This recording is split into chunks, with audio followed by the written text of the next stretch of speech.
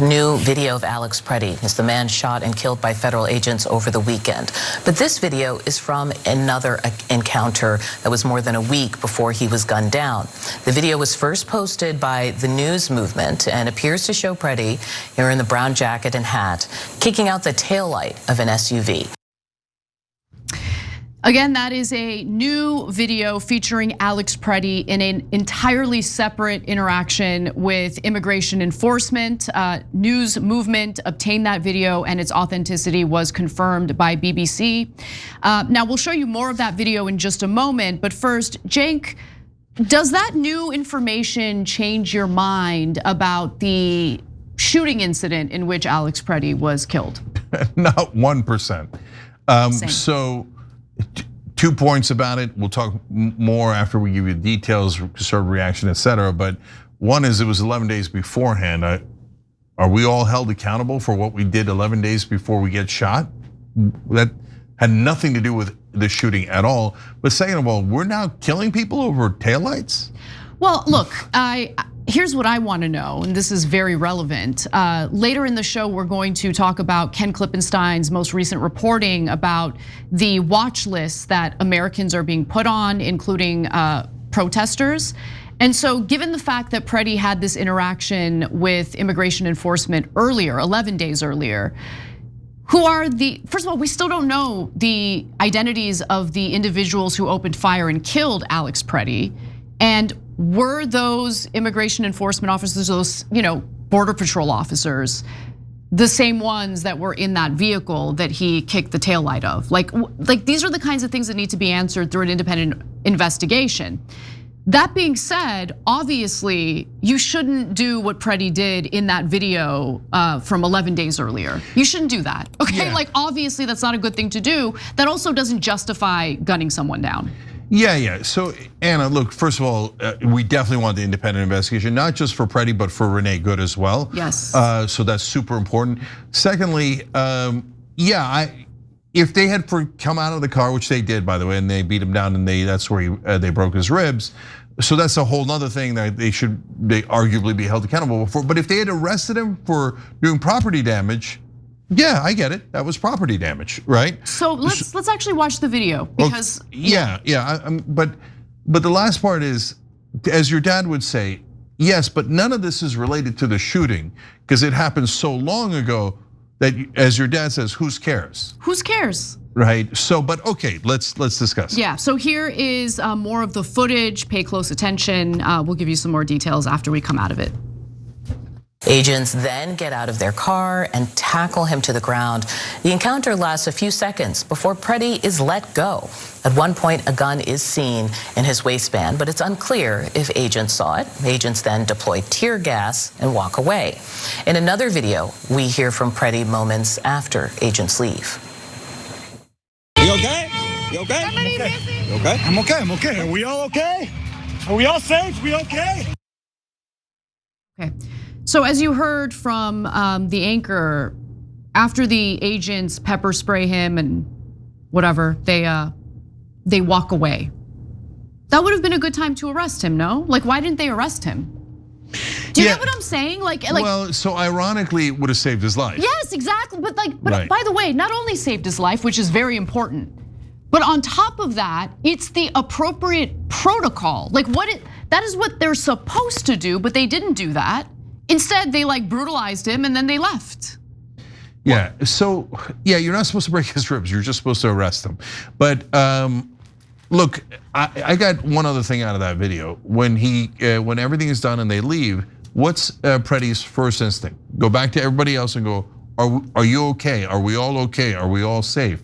That is the instinct that he seems to have very, very consistently.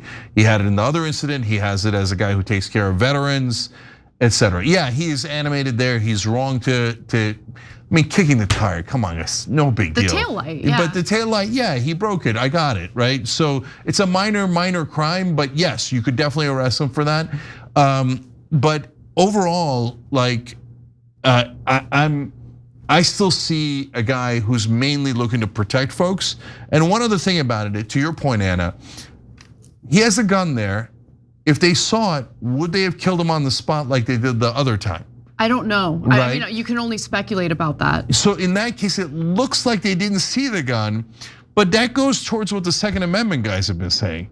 Wait, if they'd seen the gun, would they have killed him on the spot at that point? Wait a minute, if we're carrying a gun at all, are we marked for execution by these guys? I don't know. Right? Like if you're anywhere near them, etc. And then lastly, just from that portion of the video, guys, did you see what our government officials look like or law enforcement look like there? They look like stormtroopers. Yeah, they do. They get out of the car, they've got gas masks on, they've got the fatigues, and they're pointing all sorts of different things at American citizens. Is this what we wanted America to be? This ain't anywhere near what I want America to be. So President Trump appeared to want to bring the temperature down after the Alex Pretti shooting. In fact, he went against what Stephen Miller had said about Pretti. Pretti was referred to as a terrorist and an assassin. But following the release of that video, Trump retruthed the following. So it's a post by someone else, he retruthed it. And it says, it's a retruth of someone else's retruth. This is getting a little bit comical, but anyway, video just dropped of Alex Pretti spitting on and attacking federal agents in Minneapolis on January 13th, exactly 1 week before. It wasn't 1 week, it was 11 days, which was confirmed by BBC. This wasn't some peaceful protester, he was a domestic terrorist, and Trump retruthed it. So Megyn Kelly also. Come on, man. Yeah. So now, like with this, you want to talk about Israelification. Now we're down to, if you break a taillight, you should be executed? No, that's not anywhere near a domestic terrorist. You could say, hey, I don't like those actions. That's not a crazy thing to say, right?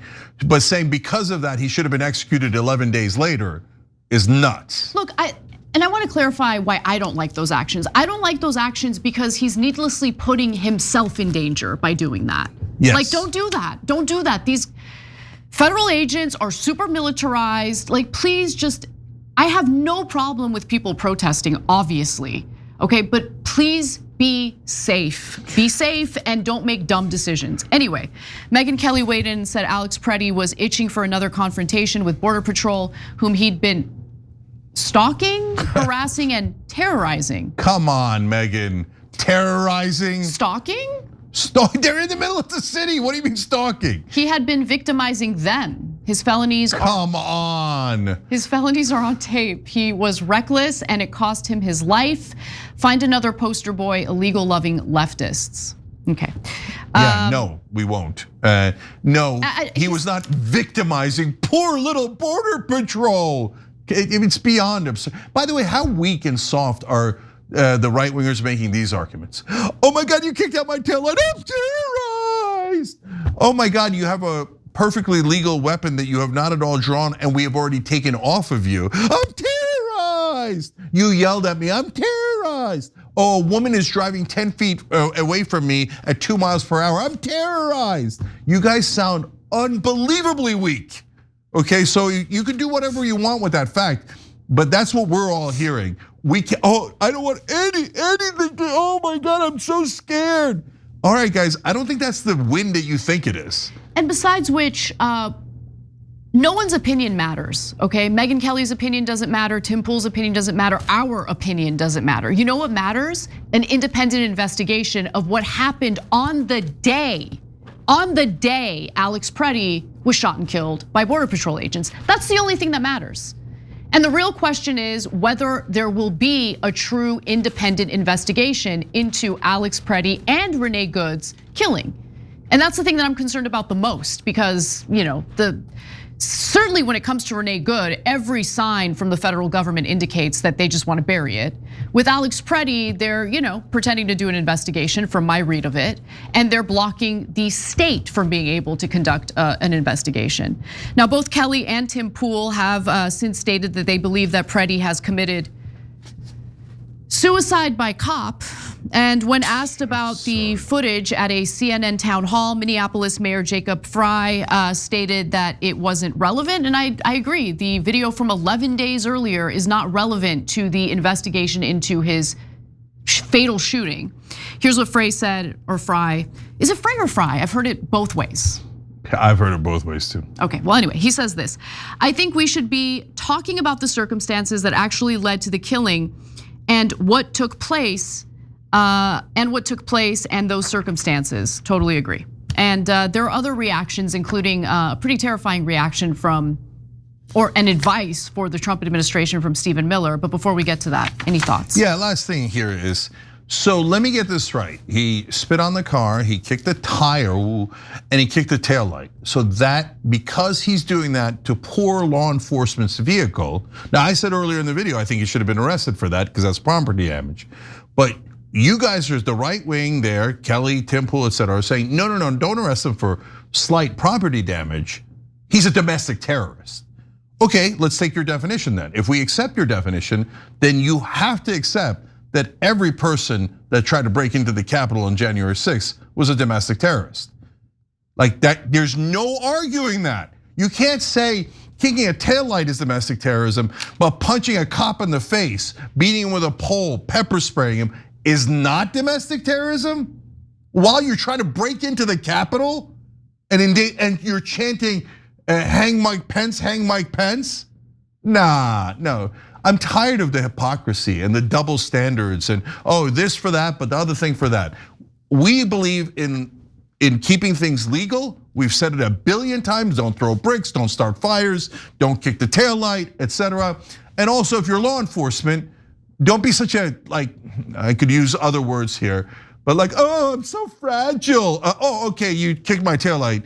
11 days later, I'm gonna put a bullet in your head. Okay, by the way, it might not be the same guys, et cetera. No, by the way, law enforcement. Be careful in the way we talk about this, Cenk. It's really important to be accurate and not draw conclusions that don't exist yet. We don't have any evidence for it. Hold on. Well, the conclusion is they murdered him. They put 10 bullets in him, 5 after they paused and took a lunch break, and they're like, we haven't killed him enough yet. Let's kill him again, right? So we know that happened. We don't know that it's connected to the taillight at all. But my point, Anna, is Megan and Tim or others like, you hit his taillight 11 days ago. You should be murdered as a domestic terrorist. Well, shut up then, okay? Then everybody at January 6th should have been murdered by the cops. That's an insane thing to say. Every time you ring the bell below, an angel gets his wings. Totally not true, but it does keep you updated on our live shows.